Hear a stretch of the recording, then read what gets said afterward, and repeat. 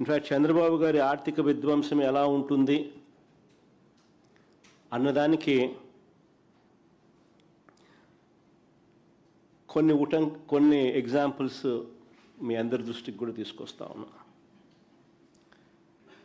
మా ప్రభుత్వం చివరి ఏడాది అంటే 2023-24ను ఆయన తొలి ఏడాది ఏదైతే ఆడిటెడ్ కాగ్ రిపోర్ట్స్ ఏదైతే పబ్లిష్ చేసిందో, మా చివరి ఏడాది 2023-24, ఆయన తొలి ఏడాది 2024-25 సంవత్సరాన్ని ఒక్కసారి పోలిస్తే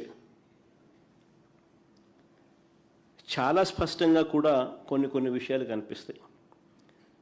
2023-24లో ప్రభుత్వం నుంచి చేసిన మొత్తం ఖర్చు, 2023-24 మా చివరి సంవత్సరంలో ప్రభుత్వం నుంచి చేసిన మొత్తం ఖర్చు ఎంత అని చూస్తే 2,36,486 కోట్లు. స్లైడ్లో మీకు కనిపిస్తుంది. ఆ సంవత్సరం ప్రభుత్వానికి వచ్చిన రాబడులు అంటే అన్ని రకాల రాష్ట్రానికి సంబంధించిన రావాల్సిన వనరులు, అంటే ఒక అప్పులు తప్ప, అంటే రాష్ట్రానికి వచ్చే సొంత పన్నులు ఆదాయము, పన్నేతర ఆదాయాలు, డెవల్యూషన్స్, అంటే కేంద్ర ప్రభుత్వం మన వివిధ రాష్ట్రాలకు ఇచ్చే వాటా డెవల్యూషన్స్, గ్రాంట్ ఇన్ ఎయిడ్ అన్నీ కూడా కలుపుకుంటే, ఇవన్నీ కూడా కలుపుకుంటే 1,73,767 కోట్లు.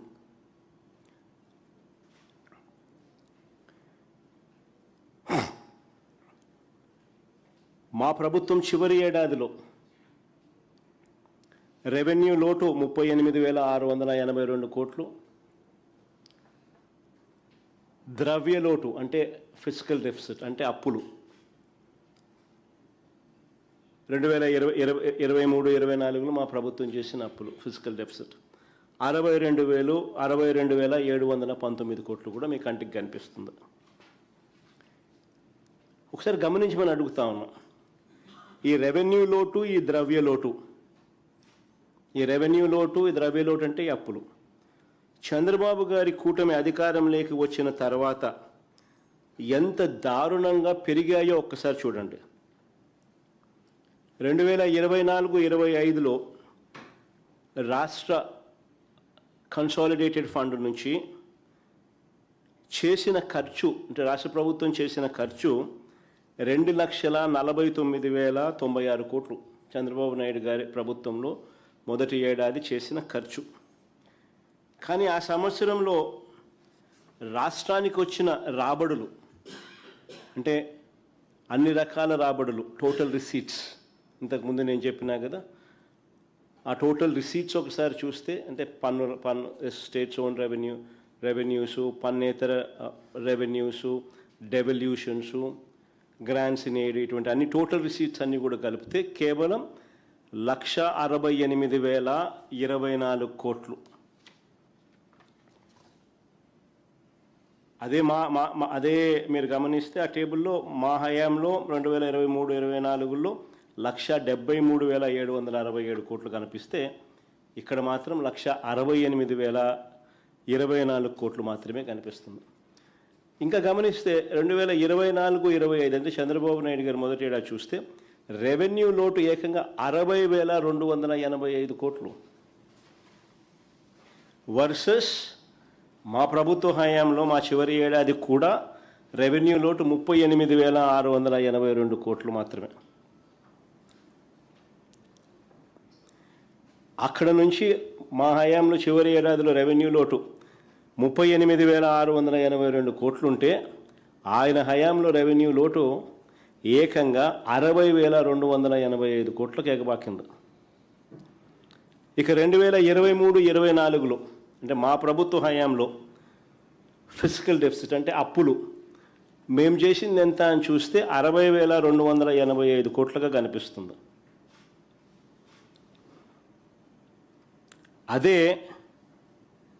అదే చంద్రబాబు నాయుడు గారి హయానికి వచ్చేసరికి 24-25 ఆ సంవత్సరానికి సంబంధించి ఫిజికల్ డెఫిసిట్ అంటే చంద్రబాబు నాయుడు గారి హయాంలో చేసిన అప్పులు ఎంత అంటే ఏకంగా 81,071 కోట్లు కనిపిస్తుంది.